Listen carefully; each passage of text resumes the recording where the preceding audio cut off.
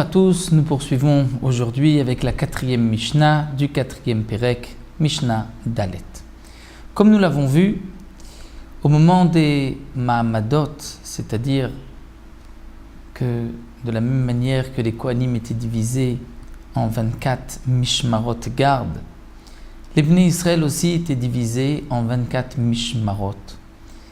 Ces 24 Mishmarot, 24 gardes, afin que une partie des délégués du clan d'Israël, du peuple d'Israël, puisse être présent au Beth Amikdash au moment où on apporte le Korban Tamid, qui est un Korban quotidien et un Korban, un sacrifice appartenant à l'ensemble du clan d'Israël. Et lorsque on apporte un Korban, on doit être présent. Donc là aussi, puisque c'est le Korban, le sacrifice de tout le peuple d'Israël, il faut que des délégués, des Bnei Israël soient présents au Beth Amikdash. Et comme nous l'avons vu, donc ces Bnei Israël qui étaient au Beth Amikdash et aussi dans les villes aux alentours se réunissaient lors de cette semaine, de leur garde.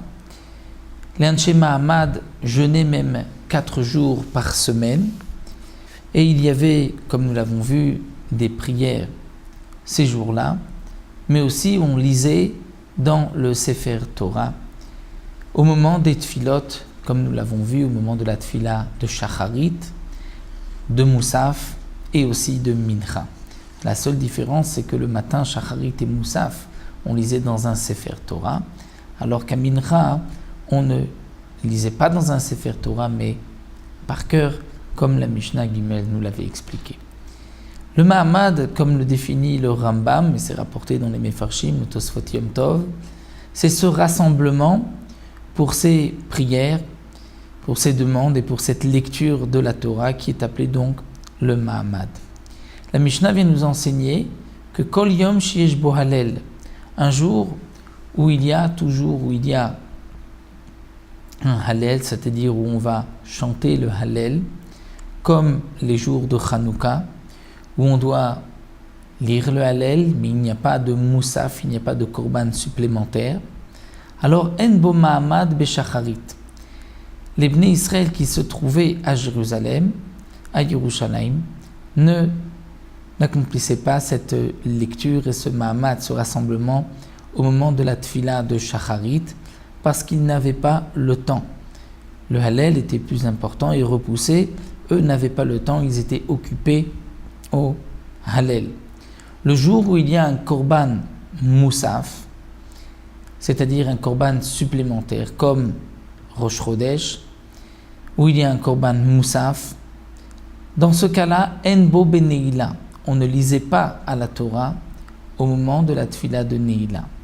Et à plus forte raison, comme le précise le Barthénora dans la Tfila de Moussaf ou de Mincha, puisque la Tfila, le Korban de Moussaf, repoussait le Mahamad de ce jour-là. Donc il n'y avait qu'un Mahamad qu'à la Tfila de Shacharit, la Tfila du matin.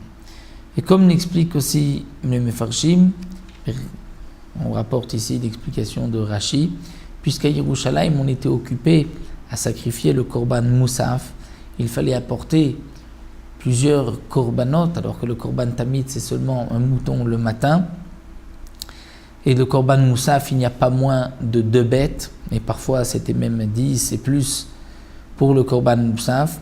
Donc les Kohanim étaient occupés pour sacrifier le Korban, les Bnei Israël étaient aussi occupés pour couper du bois et puiser de l'eau. Et donc c'est pour cela que même le Mahamad, ce rassemblement au moment de la Neila et donc bien sûr au moment de Mincha et de Moussaf, était annulé ce jour-là. Korban Etzim, le jour où il y avait un Korban Etzim. Le Korban Etzim, c'est un Korban Etzim, un sacrifice Etzim pour le bois. Comme nous le verrons dans la Mishnahé, il y avait un jour particulier dans l'année pour des familles particulières qui apportaient du bois au Beth Amikdash. Et ce jour-là, c'était un jour de fête. Ils apportaient aussi un sacrifice, un Korban Ola, qui accompagnait le bois qu'ils apportaient, qu'ils offraient au temple. Et donc le jour où il y avait un Korban Etzim, En Bo Bamincha, il n'y avait pas de Mahamad au moment de la Tfila de Mincha. Donc on ne lisait pas la Torah au moment de la tefila de Mincha. Divrei Rabbi Akiva sont les paroles de Rabbi Akiva. Amarlo ben Azai lui a dit, mais Kachaya Rabbi Yehoshua Shoné, Rabbi Yehoshua lui enseignait différemment. Il disait Korban Musaf en boba mincha, Korban Entzim en boba neila.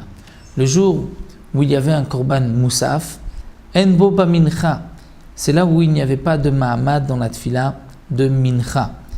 Mais le jour où il y avait Korban Etzim, la en boba neila, il n'y avait pas de Mahamad à la neila. Donc c'est différent de ce que Rabbi Akiva nous avait enseigné, puisqu'il nous avait dit que Korban Musaf, il n'y avait pas Ban Neila et Korban Etzim, il n'y avait pas Mincha.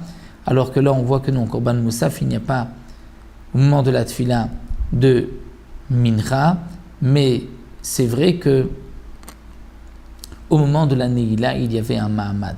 Alors que lorsqu'on a porté Korban Etzim, il n'y avait pas de Mahamad même pendant la tefila de Neila. Chazar Rabbi Akiva liot shone ke ben Azai, et la Mishnah termine en disant que Rabbi Akiva a ensuite changé d'avis et a repris comme Ben Azai l'enseignait au nom de Rabbi Yehoshua. Donc lorsqu'on a porté un Korban Musaf, il n'y avait pas de Mahamad à la tefila de Mincha. Mais il y avait pour la tefila de Neila. Alors que Korban Etzim, il n'y avait pas même au moment de la Neila, et donc à plus forte raison à Mincha, comme nous l'avons vu. Le Barthénoura nous explique que ce qui est Midivre Torah, c'est-à-dire Mina Torah,